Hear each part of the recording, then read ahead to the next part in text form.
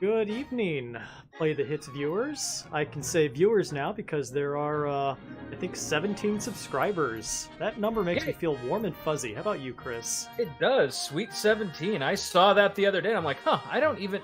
Well, the funny thing is, the last time YouTube updated me that we got new subscribers, I think was like 12 or 13, so I'm not sure who these mystery 4 or 5 I'm just glad we got over a dozen. Yeah, So- hey, a baker's dozen, mind you. Well, Baker's dozen is 122, isn't it? I thought it was 13. Okay, hold on a sec. We'll get back into that. So, it has been a month since you've heard my melodic voice. I've been out for a bit, but I have returned, so contrary to popular belief, I'm not dead. Oh man, all those rumors I spread about you being dead are really gonna look stupid I now. was wondering what that was about on Facebook. Anyways, so I kind of decided to step back, and while I was enjoying Talking Time Brothers The Lost Levels, I had forgotten just how charming the first one was. So, guess what we're gonna do? We're gonna fucking start over. We're gonna play the whole trilogy. So we're gonna start with the classic Talking Time Brothers. Oh, snap. Yep. Let's fucking do it. I'm excited. I just need something nice and non-stressful to take my mind off of tax season. Alright, let's see how much dialogue we get here for the story. Oh no, boss. The princess, she's in another castle. Please find the power Imagine stars and bring her back. Or not. You know, I don't do, care. do like literally the only thing that we send you out to do, Mario. Please. Alright, well, there's our call to Alternatively, adventure. Luigi. Let's play as Luigi. So anyways, yeah, a baker's dozen is a dozen, isn't it? I believe it's 122. Oh, is that right? Or a I dozen don't to the know. second. I thought it was 13 because goofiness. Let me look this Nah, up.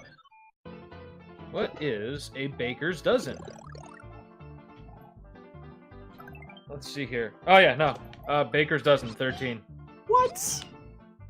Oh man, I Uh, wish I had not been using that as a unit of measurement in casual conversation. And man, that's the reason my cookies always turn out like shit. I've been trying to spread like these minuscule portions across 12 dozen cookie sheets. My god. So how much PSI does that car tire need? About a baker's dozen. That's why my tires keep exploding. 120. Okay, well it shuts off after 30. Okay, first world. Flapjack Fields. Fields. So how you been doing, Chris? I haven't heard from you in a while. Mostly Yeah, because less of your fault, more of my fault falling off the face of the earth. Hey, you know, man, new jobs. Those aren't easy. Oh goodness, amongst other things. But hey, I officially love my job now, so there's that. Oh, good. So you've settled in. I'm sorry, Yoshi. Fuck you, Yoshi. Off to a great start. Oh my goodness, there have already been casualties. That's awesome. Yeah, I mean, I'm to the point now where I manage payroll for a few companies, and now I audit books. Chris, I feel like a Nice. real adult. Yeah, I know, right? That's impressive. Oh boy, I gotta tell you though, I have had some awkward conversations with some of my old tax clients from the free program. Oh, really? Trying to... Wow, that was a shit stage. I'm guessing that they were happy to have you when you were free, but not so much. That's exactly Yeah. what's going on. So, I had to come up with a like new client discount, and that's helping. So, Caribo, new shoes. Ooh, there's How's 2 that? stars here. So Hey, yeah, guess it shows you who your real friends are, right? yeah. Hey, speaking of real friends, how you guys doing? It's me, Knuckles, your old buddy. Knuckles, When I used to be a regular on this show. thought you were in the military or something. Last I heard, you were overseas. That was before the whole time travel episode. Oh, After, that's right. after Zoda's revenge, I found myself in a parallel dimension filled with horny Amazon ladies. I fucked my way back to civilization, is what I'm trying to tell you. By the way, boys, Merry Christmas. Oh gosh, that's right. Christmas did happen, didn't it? Oh, this is a. What do you mean did happen? I thought I made it back on Christmas Eve, Knuckles 2018. Saves Christmas, the bonus episode. Huh. What what year is it right now? Followed by what would Knuckles' Christmas special be called?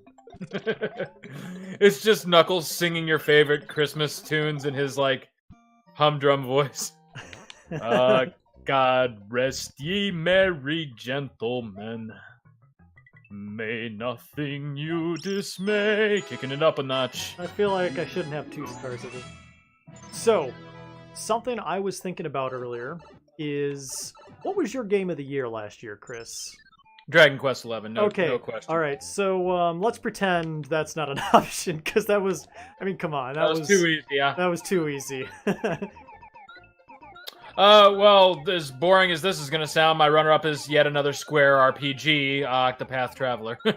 Oh, that's right. Yeah, you kind of played that for a month, finished it. I didn't hear too much about it.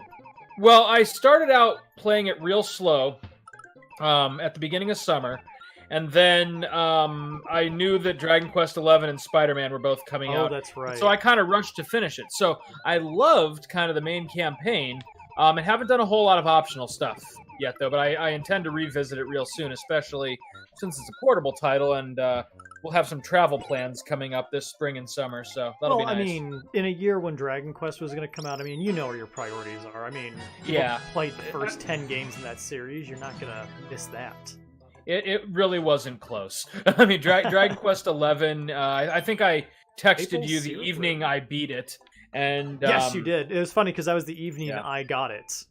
Oh, nice. And it really is the best in the series from my perspective. Now, you got to help me out here, Chris. I'm trying to decide whether or not... I'm trying to finish my current project, and then I want to move on to my big tax season JRPG.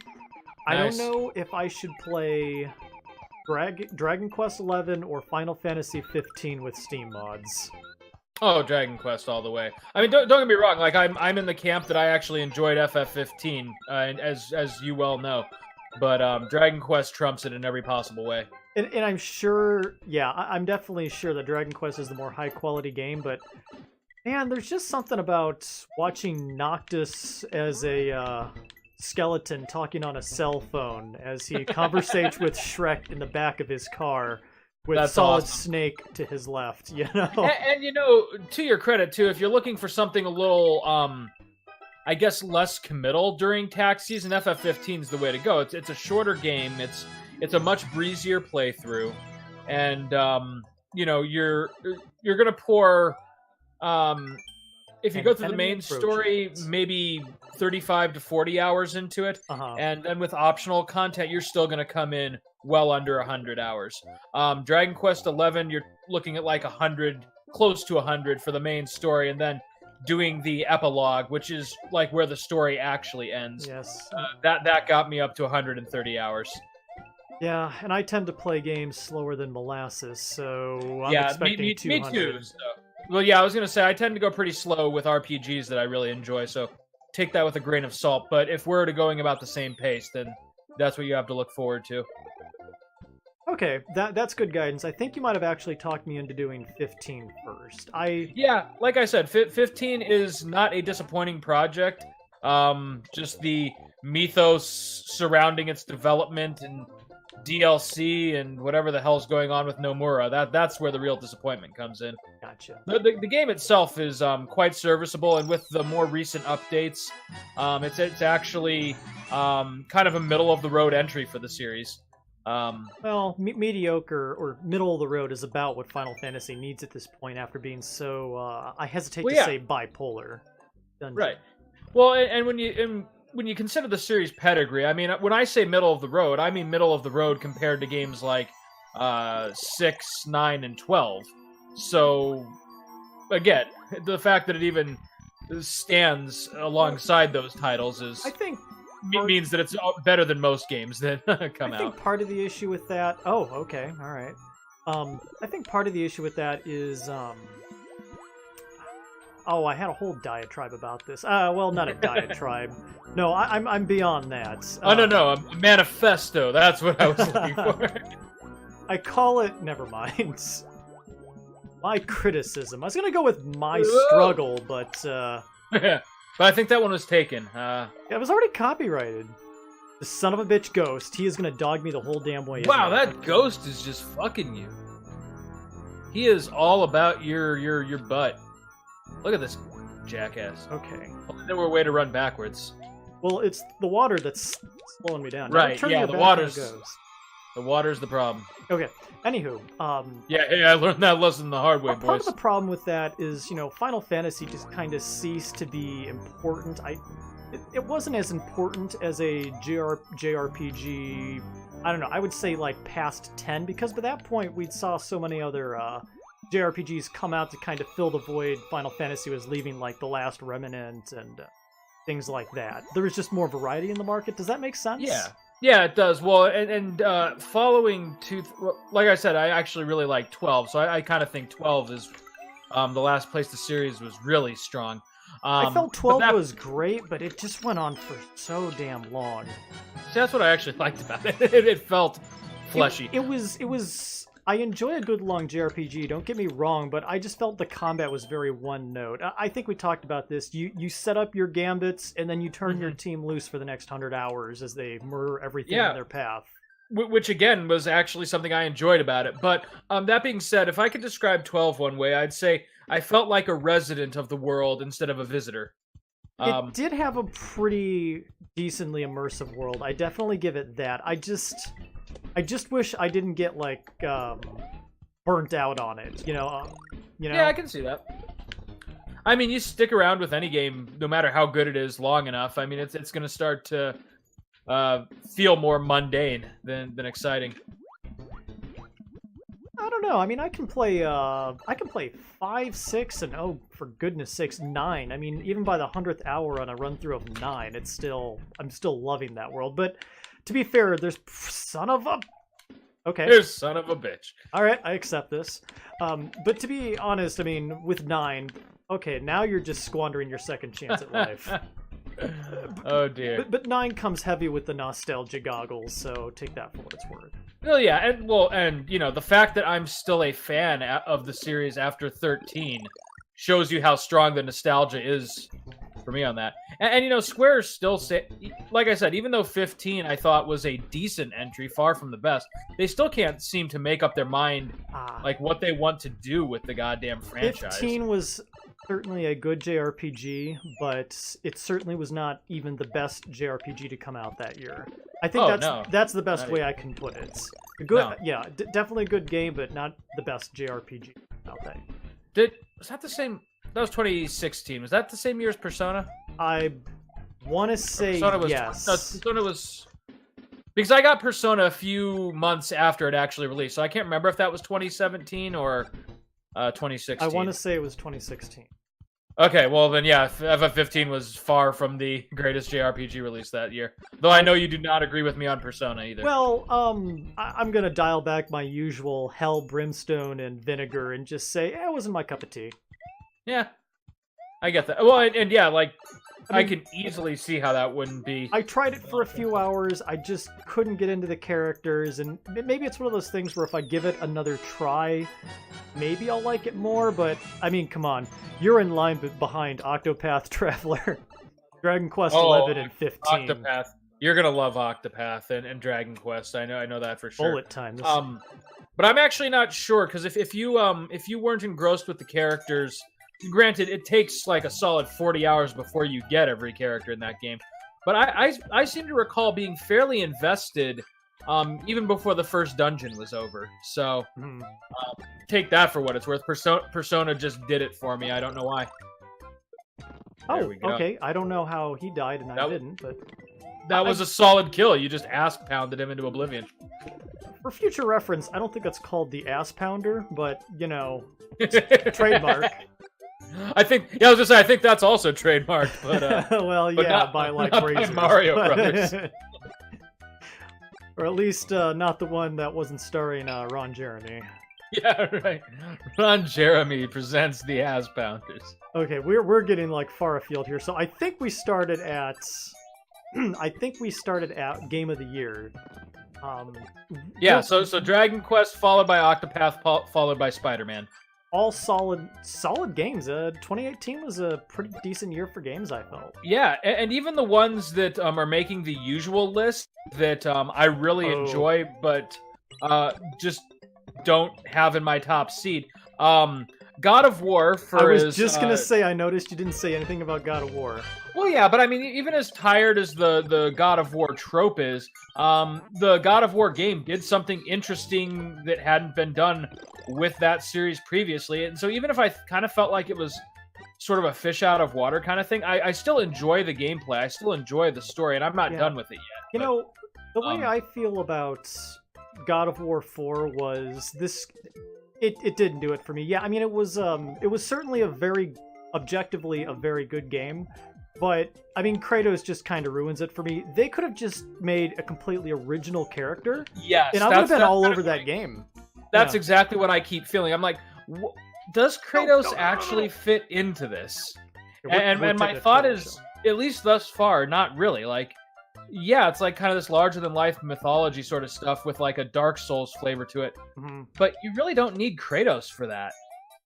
Yeah, exactly, and I think it detracts from it because, I mean, we've seen Kratos' story arc play out already. We don't need to see it happen it's like they're introducing a second story arc that could have been well served for an original character. Like, just have a guy with a tragic past, like trying to redeem himself by raising his son, and then over the course of the game, reveal what that tragic past was. You know, right? Like I said, the thing is, they spent it was like Final Fantasy. It was like Final Fantasy VII, real quick. You know, Cloud has his big emo arc. He gets over it.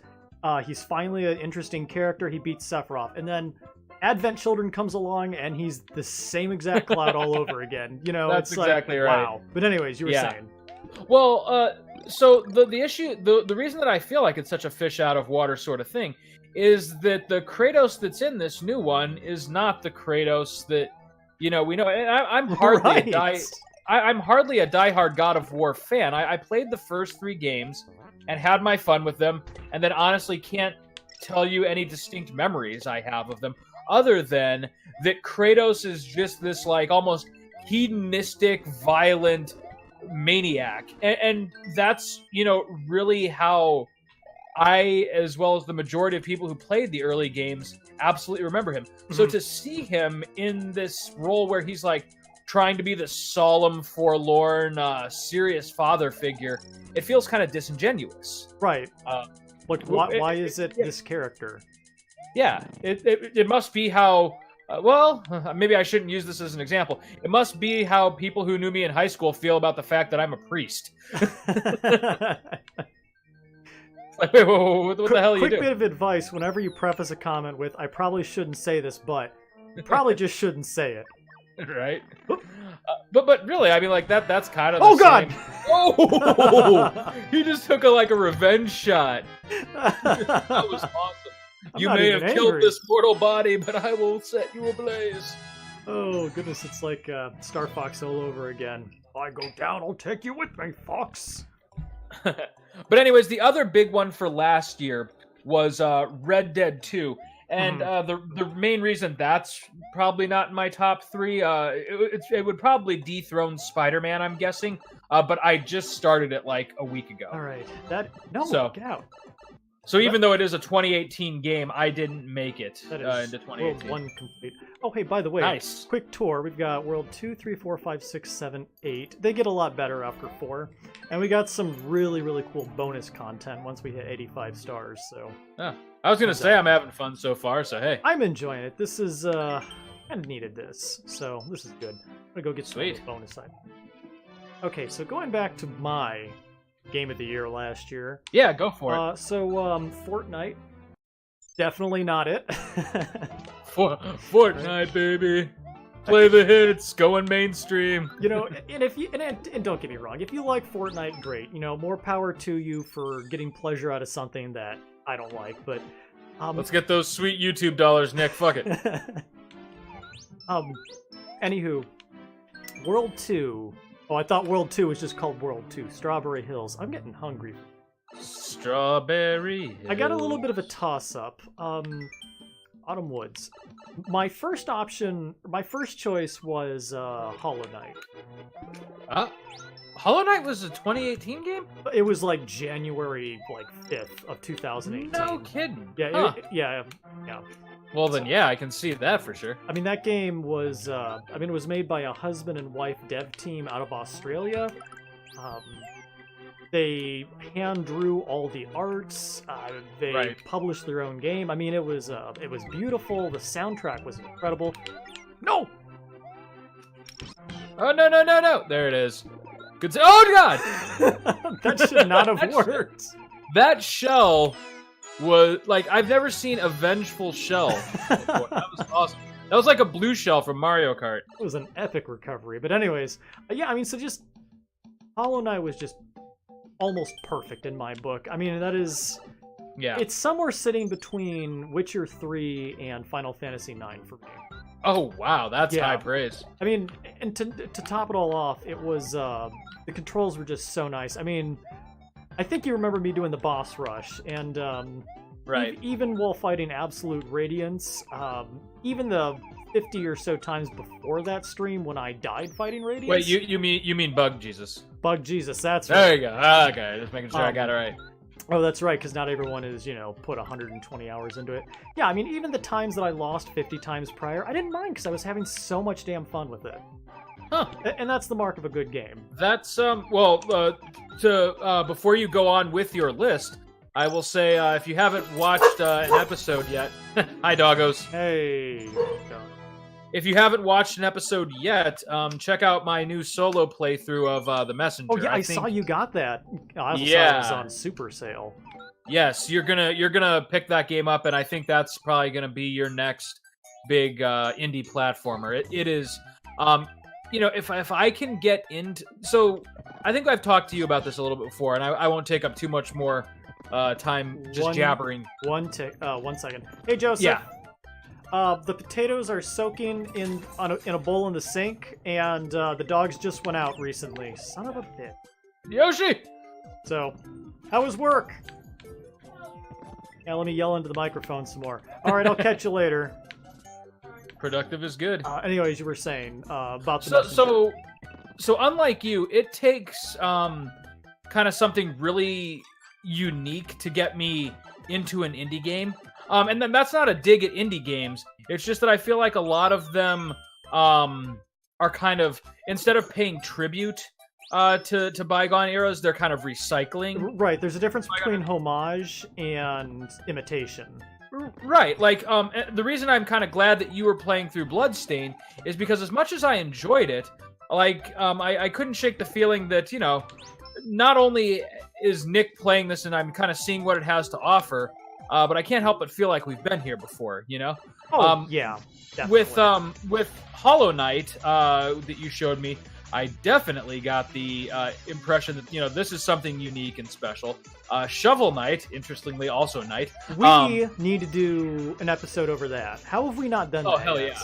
So Shovel Knight, I really enjoyed. And now this is probably the third big indie game besides Limbo that I'm really personally invested in, and that's The Messenger.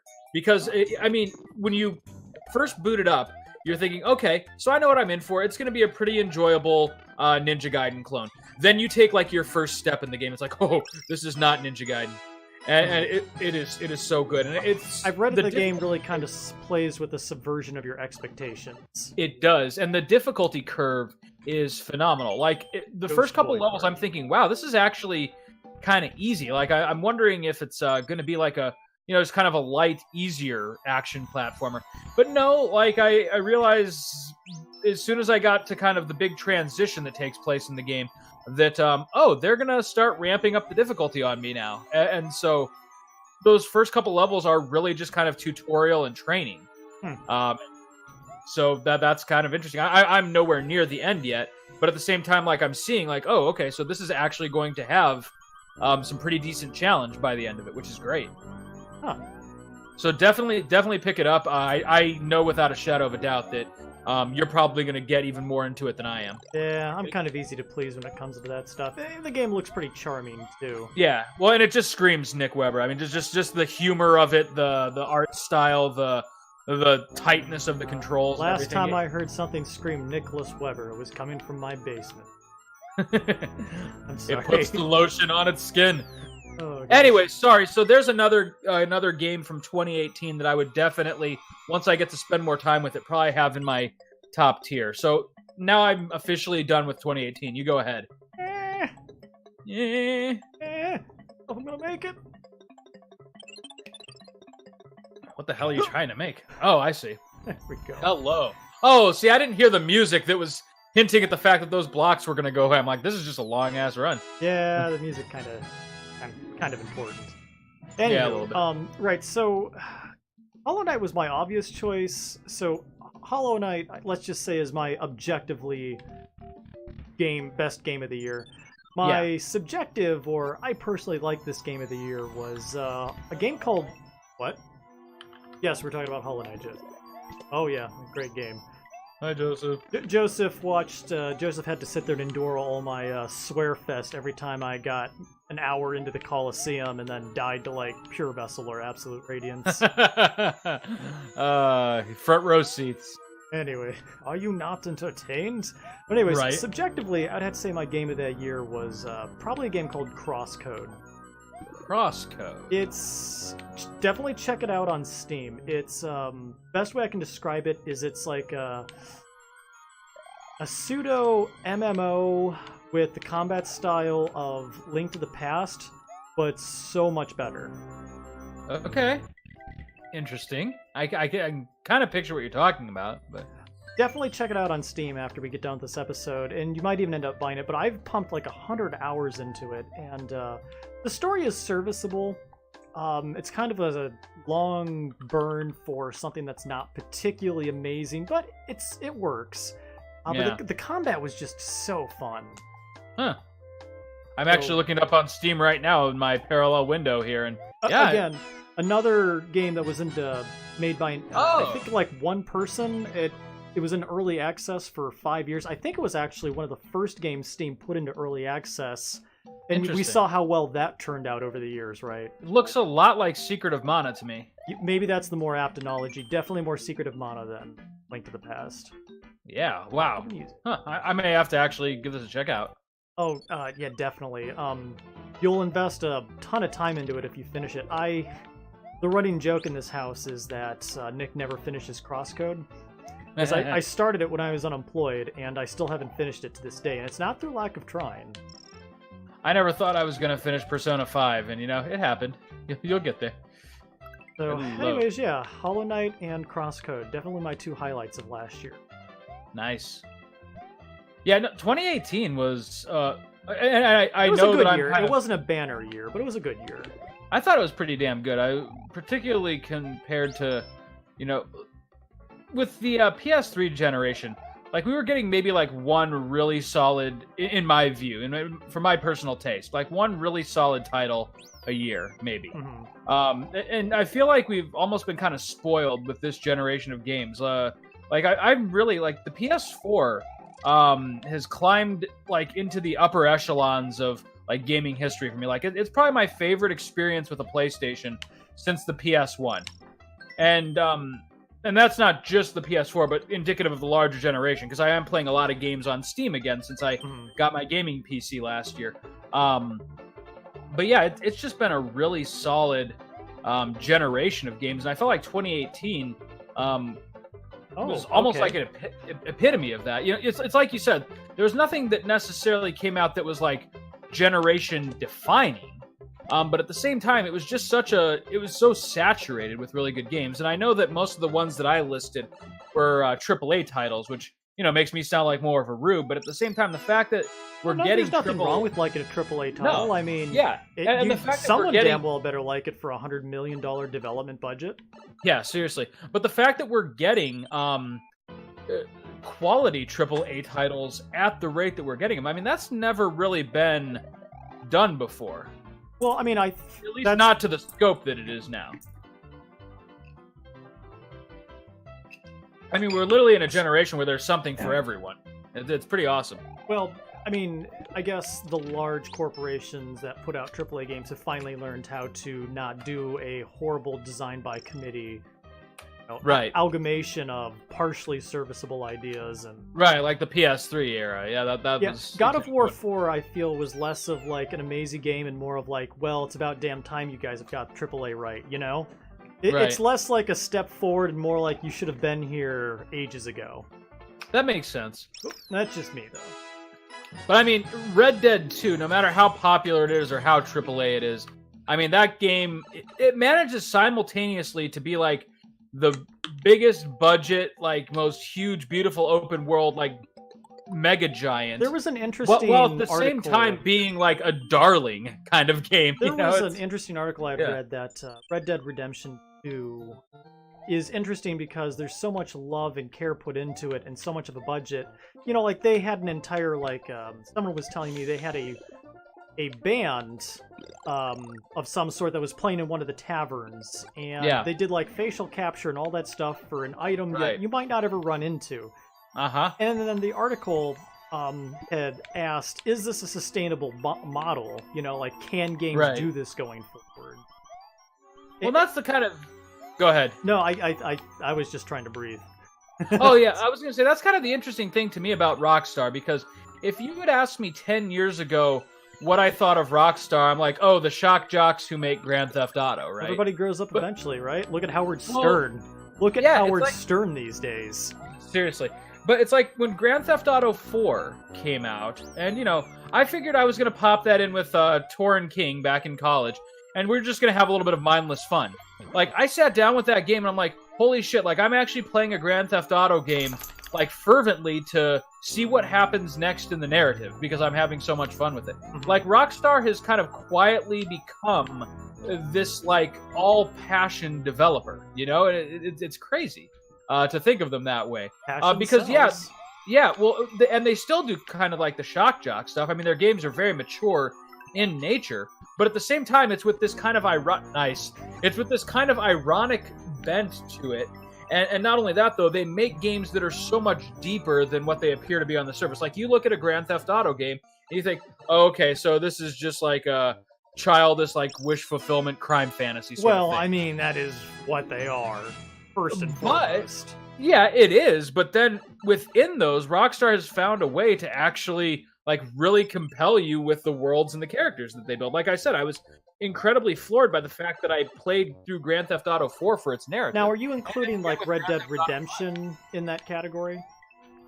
Well, more so in the deep narrative. Yeah, I was going to say, because I don't think anybody is ever going to really make the argument that Red Dead Redemption had a deep narrative. It had some high points. It definitely was peppered with some high narrative points, but for the most part, it was a very good game with a serviceable narrative. Was it not, Red Dead? I don't know. I would say that depending on how you interpret the character of John Marston, I think that'll depend. That will validate what you get from the story, because I thought John was possibly the most excellently written protagonist of the last generation of games. I guess that depends again, on, that's like, not what's saying a whole lot. Right, exactly. I was going to say, sparsity. I think it depends on what level you hold video game characters to. Well, 10 years ago, it wasn't great, but they made John Marston like this really, mature, worldly, kind of earthy, almost Hebrew character, and he worked for that reason. Like, he was just such I mean, he was a straight man in a crazy world. I'm trying to think here. Did I ever? I mean, okay, like with Red Dead, I certainly enjoyed John Marston's character, and he definitely had some really powerful emotional points in the storyline. But I don't know. I never really thought, here's a well-written character. Really? I didn't see anything particularly impressive. Okay, now, just a little bit of a background here. I mean, I'm a big literary snob. I read tons, and I'm not seeing who is my Radon. Oh my goodness, I am not seeing my Radon Romanovich, from like Crime and Punishment in any video games. I mean, I'm not seeing like a character with that kind of depth. You see what I'm saying? Well, yeah. Well, and when video game developers start Romanovich, I just want to see if I could say it.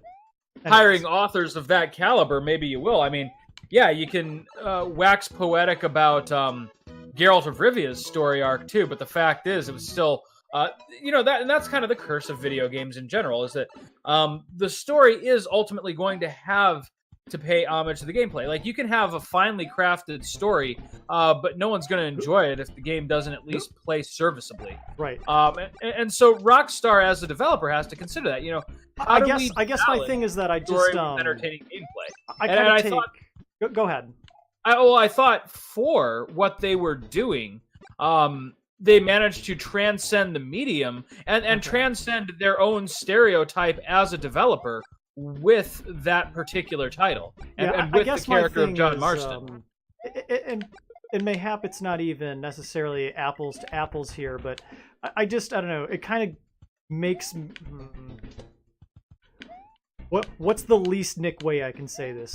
I guess I just kind of take a little bit of umbrage when someone says something is an amazing character, and then it's like, well, like, no, well, like, Paul Atreides was an amazing character. Like, Commander Shepard was interesting, but, you know, he wasn't, like, he was good by video game standards. You see what I'm saying? Yeah, I agree, but the reason I think John Marston stands out to me and Commander Shepard he does it. Okay, John, maybe I'm using a bad example here, because I did legitimately feel for John Marston. Yeah, and that was what I was going to be my next point. Like, the way I define an amazing character or an amazing narrative is when the credits roll, have I felt something? Mm-hmm. Like, or have I merely been entertained for hours? I have to get down, don't I?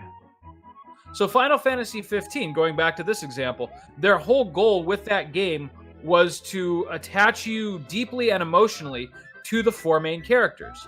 Now, over the course of that game, I enjoyed the four main characters. I thought they were well written, I thought they were charming and amicable, and I enjoyed my time with them. But when the credits... Boys. Yeah, when the credits rolled, ultimately, I wasn't disappointed, but I also wasn't moved. You know, the story treaded the ground that I thought it was going to tread, and some, you know, weird, unexpected, like, just narrative gaps that I didn't expect. But that wasn't in the game's favor. Right. But again, like, it wasn't like, oh man, I'm so heartbroken. The you know, I'm not going to get to hang out with the boys anymore. You know, or that sort of thing. When the credits rolled for Red Dead 2, not only was I depressed about the fate of John Marston, but I was lamenting the fact that his son turned out to be the very beast that he was trying to, you know, redeem himself from. Mm-hmm. I thought that was it was a predictable narrative stroke, but that didn't make it any less heart-wrenching. Mm-hmm. I hate when people say that, because I feel like I'm the only one who was ever legitimately surprised by that ending. Like, everybody on the internet, almost, you know, literally everyone else on the internet says, while I did see the big plot twist coming a mile away, okay, well, you know what? I'm a dumbass. I'm the only one who didn't see it. I didn't either. I did not see the death of John Marston coming. The twist that I saw coming was in the final 20 minutes of the game. Yeah, after John's death, I knew that... one, they were going to have, from a gameplay perspective, they were going to have to find a way to let me keep roaming the world. And then two, they had spent so much interesting time, a copious amount of time, developing the character of his son all of a sudden. So I'm like, oh, shit, I'm going to play as his son, and he's going to become, you know, the monster his father hoped he wouldn't become. Yeah, his son's going to become whatever the player wants him to be, yeah? Right, well, which in my interpretation was a monster. I didn't hesitate to kill Edgar, and after that, I just became highway. In my game, I had 100%ed everything before I got to the ending. Oh, so you did no side quest as John's son. So as John's son, he just killed Edgar, and that was it.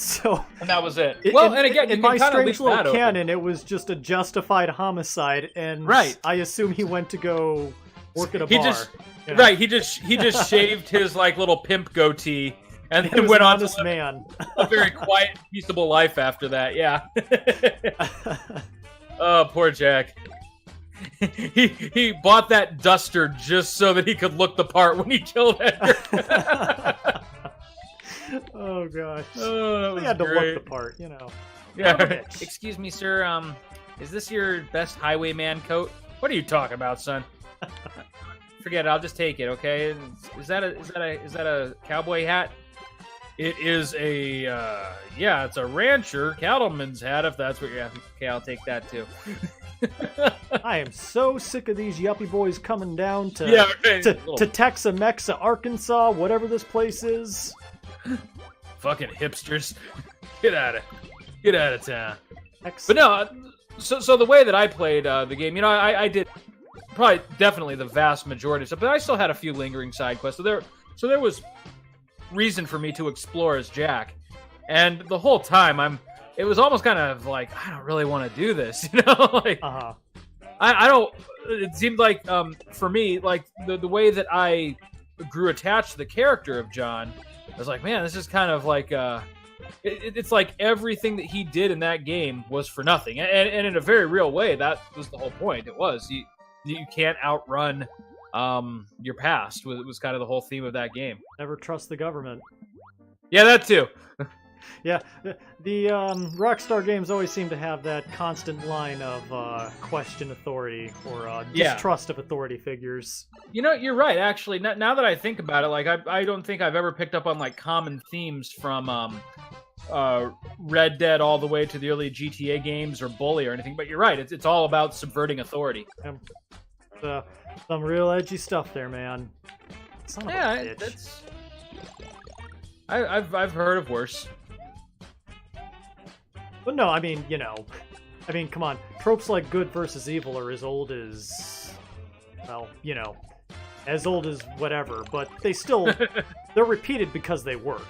No, right. I mean, without a central conflict, a good or bad, like there's not going to be a narrative arc. I mean, that especially in video games, you have to have something to conquer. You have to have an objective. What kind of stories have there been? I can't think of any offhand that don't necessarily. They have a narrative arc, but it's not necessarily a concrete or good versus evil sort of thing. Yeah. I think of something like Journey, maybe. Yeah. I don't know. I was gonna say maybe Limbo if we're gonna use another example, but you did have the spider. I mean, there were things. You proceeded to rip his limbs off and murder him. Right, so you were the monster there. Like there were things actively trying to hurt you in that game, but I think they weren't. They were fireball. They were supplemental or in the way of the main story. They weren't like killing the spider or getting past like the vicious natives or whatever. That wasn't the point of that story. Mm-hmm. In fact, like you said, it's kind of unclear as to whether or not you were actually the villain of that at all. And there's a couple other games. I'm legitimately trying to think on my end, but all I see are these giant fire bars twirling around. Yeah, right. And somehow and then there's Mario, which just takes us to a simpler place anyway. Mamma mia. Mamma mia. I wanted the spaghetti. Spaghetti and a canola. Hey, by the way, I was listening to NPR today, and speaking of Italian stereotypes, they were doing a 20th anniversary retrospective of The Sopranos.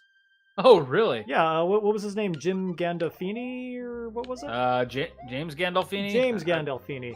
Yeah, they, funny enough, kind of sold me on getting an HBO membership to go ahead and watch The Sopranos, which apparently is 20 years old now.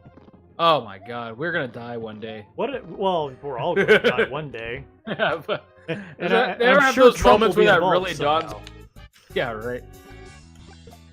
That just sometimes, like, you hear things. The Sopranos is 20 years old, or Pokemon is 20. Is it not weird that we live in a world where Jack Black has gray hairs now? And is trying to become relevant again by Dude, you know what sucks? He has a gaming thing now, doesn't he? Yeah, that's exactly that right. just smacks of desperation. Wow. Yeah, tell me about it. What a loser. As he, like, automatically starts with more subscribers than we'll ever have, but that's okay. Hit that subscribe button. Yeah, like, comment, subscribe. For the next week, every subscriber we get, we will donate a pound of dog food to the local Humane Society. Yeah, Nick will donate a pound of dog food to the local. The funny part is I do that anyways, so... Right on. Right. How are we doing on time? Do we have time for the Vanilla Thunderdome, which... Oh, we have time for the Thunderdome. The Vanilla Thunderdome. I'm just gonna go Thunderdome. See, I thought that Jack Black's gaming channel was ironic. Is he, like, doing it seriously, or...? I think he's doing it seriously. I think... Well, we can criticize Jack Black, but the guy's basically like working out fun ways to spend millions of dollars. And right, you know. So I mean, if he wants to have a gaming channel, let the man have a gaming channel. Speaking of spending, but if he thinks he's going to be the next PewDiePie, sorry, man. Honestly, all these years later, I still don't know exactly what or who that is. Actually, all I know is it's some sort of guy from Europe who screams into his microphone a lot. Yeah, he basically does what we do, but he kind of plays like nonsense character. Yeah, right. That's awesome. He plays just kind of this like nonsensical character, and apparently doesn't understand why anti-Semitism is wrong. But that's all besides the point. Only yeah, I actually ended up asking my sister, who I guess watches his videos every now and then, but swears isn't a fan. What is this thing about him being anti-Semitic? He's not. Well, how come the only thing I ever hear about him in the news is he says something anti-Semitic or likes another white supremacist channel? Well, no, he like straight up just made like weird comments about I think either Jews and blacks or blacks and Jews. I think it's both. Just probably. I mean, not black Jews, but that's all besides the point. I actually unsubscribed from him because like I was getting like 20 PewDiePie updates a day, and like I would occasionally watch one, and I just and again this is gonna be like, oh, Chris is trying not to be mainstream. I just didn't get the appeal. Mm-hmm. And I'm not saying that like we're so great. But we're not going to be doing a Fortnite stream after all. Right. Wait a minute. Hold on now. But yeah, I couldn't figure out like where. God damn it, Chris! I had a salient point I needed to make. Now I don't remember what it was. Something about PewDiePie, or something about Jack Black, or something about us dying one day. Probably one day soon. It's not coming to me. Yeah. And I was about to just spearhead. I was about to turn this whole thing around and make it into something intelligent. God damn it! It's like, we're not actually gonna die. Damn it. Anyways, you were saying. God damn it. Well, no, that back to your original point. You know, every time I hear something like that, you know, Jack Black starting a gameplay channel, Chrono Trigger's gonna turn 30 or something. I'm just like, man, we are fucking old. Well, anyways, yeah. So we are definitely not getting younger. No, we are not. Which is why you got to move to Bloomington someday soon, so we can just do this in person. I don't know. I'm on the road to having my own practice pretty soon. Oh, shit. You're going to make me move back to Ohio, aren't you? We both know that's not going to happen. There's nothing for anybody here. Toledo's not bad, nor Fort Wayne for that matter. Oh, side note. Never mind. Not interesting. So, did you happen to... That's a stupid thing to say, Nick. God damn it. Well, it was something... Stupid. Oh, wait a sec. It's about The Sopranos? It's coming to him. Tony Soprano. I'm on the verge of revelation. No, don't get me started, because I also have something to say about the MCU as well. Tony Montana? Scarface? Oh, it was about The Sopranos. I was going to pull at random threads here. Italian. It was about NPR. Mario. Mussolini. Radio. Talk shows. Something about anti-Semitism. Nintendo Direct. Too Nintendo far. Direct. All right. Mein Kampf. Screw the whole thing. All right. Anyways, Hitler's address to Germany before the invasion of Poland. New subject. Did you happen to get Super Smash Brothers for Christmas? Oh yes, and just so you know, I'm going to try to twist your and Max's arm into doing a 3-player free-for-all. Oh, I was actually going to suggest that as well. It's like $4 for a month or something. I can afford that. Yeah, I got it too already. Actually, it'd be really fun. I went ahead and did the cheap way of unlocking all the characters, so I'm good to go. So, how many hours do you have into it so far? I'm actually not sure. I haven't checked. My guess is probably somewhere in the 20 range. Have you started World of Light yet? Oh yes. What do you think of that? It's all right. I actually like melees. I was surprised. I thought I was going to be the same way, but I ended up just falling in love with. Oh, that's right. Yeah, you told me about that the last time you played Doom. Yeah, I like World of Light. Don't get me wrong. It's very good, and it's a great way to introduce like the challenge matches they really get you to master Thinking the mechanics. strategically. Yes. Oh!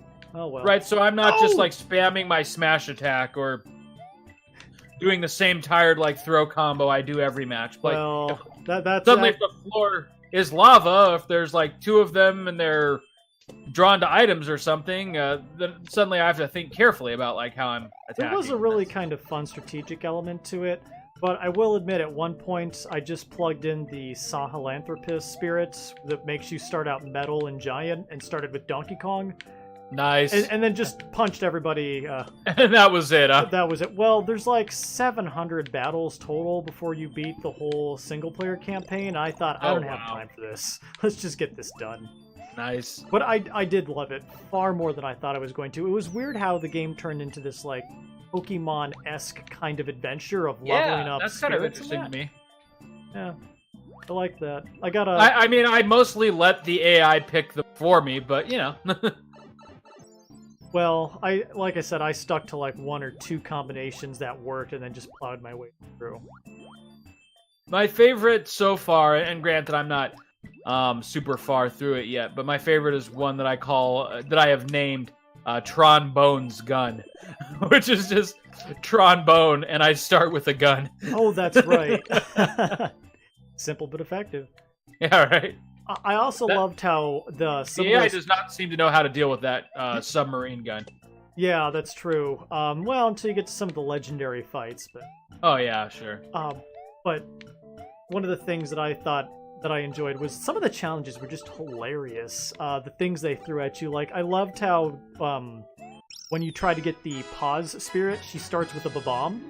Oh yeah. And it took me a while to figure out why that was. Because he had a bomb inside of her. Oh! Yeah. March of the Rubber Penguins. Clever. Or the Ness. I mean, horrible. Yeah, like the Ness's dad challenge, where it's Ness and you have to fight, what is it, Ness and Invisible Solid Snake, because you never actually see Ness's dad. Yeah, those are clever. Those are good.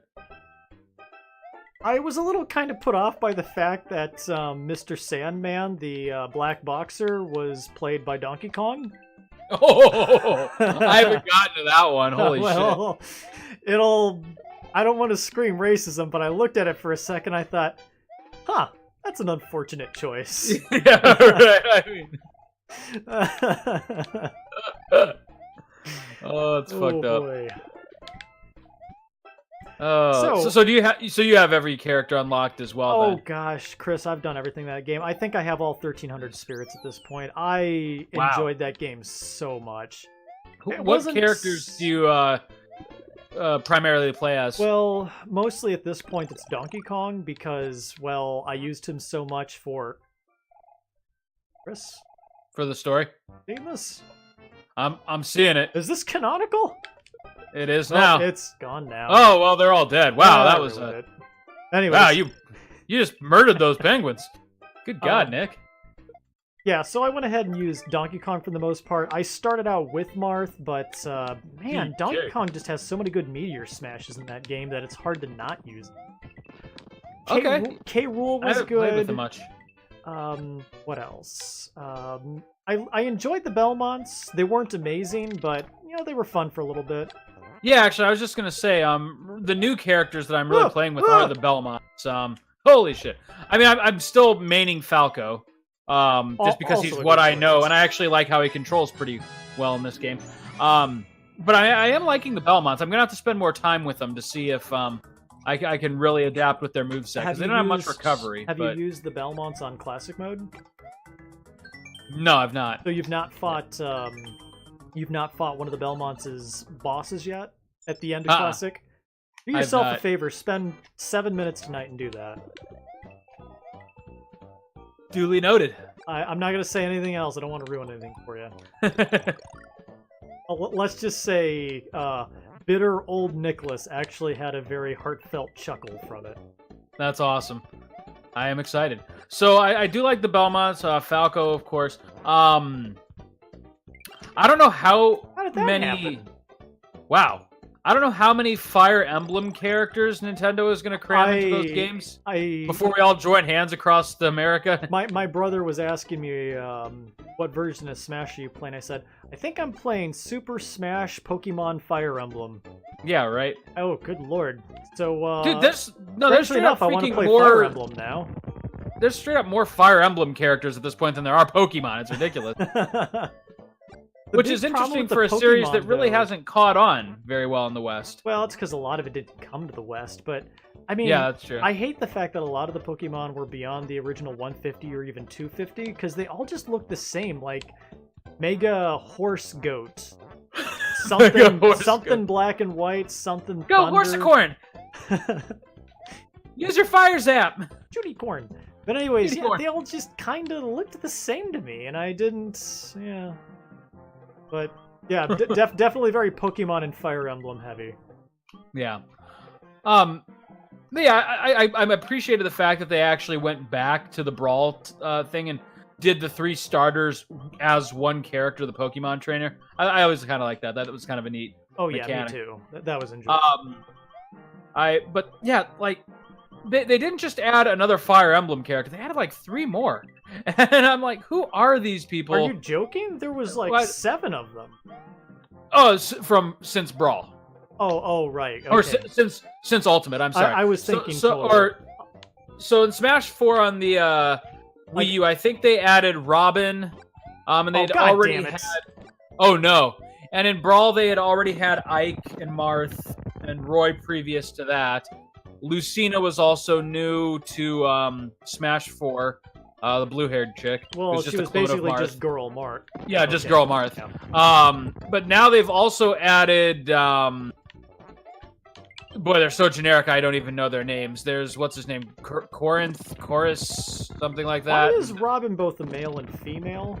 I think because you can pick... It's like a Commander Shepard sort of thing, where you can pick the gender of the protagonist at the start of the game. Okay, correct me if I'm wrong, but wasn't there a Fire Emblem game where like the premise of it was you had like 2 party members and one of them was afraid to talk to girls?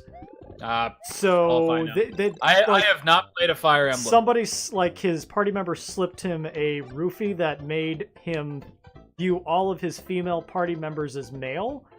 So that sounds pretty Japanese. I mean, it is very Japanese, and I think I remember reading an article about this. That's what I thought it was from. Oh, hell if I know. But your explanation also makes sense. So, but again, it's Fire Emblem. But yeah, I mean, like, that's like half the roster in that game. Not that I'm complaining. Smash is excellent, and this is definitely my favorite one since Melee. Yeah, while a monument to itself for sure. And it's not going to win any awards for like innovation or anything that was amazing, but it was one of those games that was just damn fun to play. It works, you know. And sometimes that's all you need. We can't all be Hollow Knight. Yeah. Or Messenger. Or Messenger. For that matter. So, last thing I'll say as far as game comments tonight. We were talking a little bit about Red Dead. My early impressions of Red Dead 2 are overwhelmingly positive, of course. But you know, for the first part of the game, the fact that you actually interact with John Marston, and you know, given how I feel about him as a character, you know, I kind of resented the main character of the game because it's not John Marston. Like, right. You're seeing John Marston, but instead of like developing him even further and like kind of playing as him in kind of like his salad days, so to speak, it's like you're seeing him through a lens, which actually the more and more I get into the narrative, the more that I'm kind of appreciating, because not only is the main character of the game also a pretty interesting and different person from John, but when you do interact with John, it's like, wow, he wasn't always, you know, the way he is in Red Dead. I mean, he was kind of just this brutish criminal, and instead of kind of an everyman in the wrong place at the wrong time. But enough about Metal Gear Solid 2. Right. Oh yeah, I can see that too. Well, I mean, it's essentially the same. I would say that whereas Raiden was grading, right. What is it, Marlo? Red Dead 2's character is actually kind of fun because he's he does not take himself seriously at all, which is kind of a fun contrast to John. Yeah, it's one of those fun kind of narrative things where you want John, but you feel like you almost get John better by not being John and playing as someone who interacts with him. Actually, yeah, like I feel like playing as John in this early phase, like as the player, I'd try to play him as his Red Dead Redemption character, and that's just not who he is yet. Right. And so it's kind of fun that they were able to do something unique with that. I like it a lot. And then, of course, the gameplay is awesome. The quest variety is excellent. The graphics are beautiful. The world is engaging. It's Red Dead all over again. So yeah, it was definitely a pretty. What's the word I'm looking for? Pretty interesting game, but for me personally, it just kind of had that whole feel of I've kind of seen this, done this before, and I don't feel like there's enough here to necessarily, catch me into wanting to play through it. I gotcha. Also, for me, it was like kind of scratching more of the itch that I had with the original Red Dead. Hey, it's just more of what I like, so I'm going to do it again. It did certainly feel like Red Dead Remastered almost. Yeah, I can see that. Well, and apparently in the second part of the game, you actually retread the exact same world as the first Red Dead, from what I understand. Right. So that'll be interesting. I mean, if nothing else, just to kind of see how the gaming hardware has evolved over the last generation. Boy, it sure would be nice if they ported some of those games over to Steam.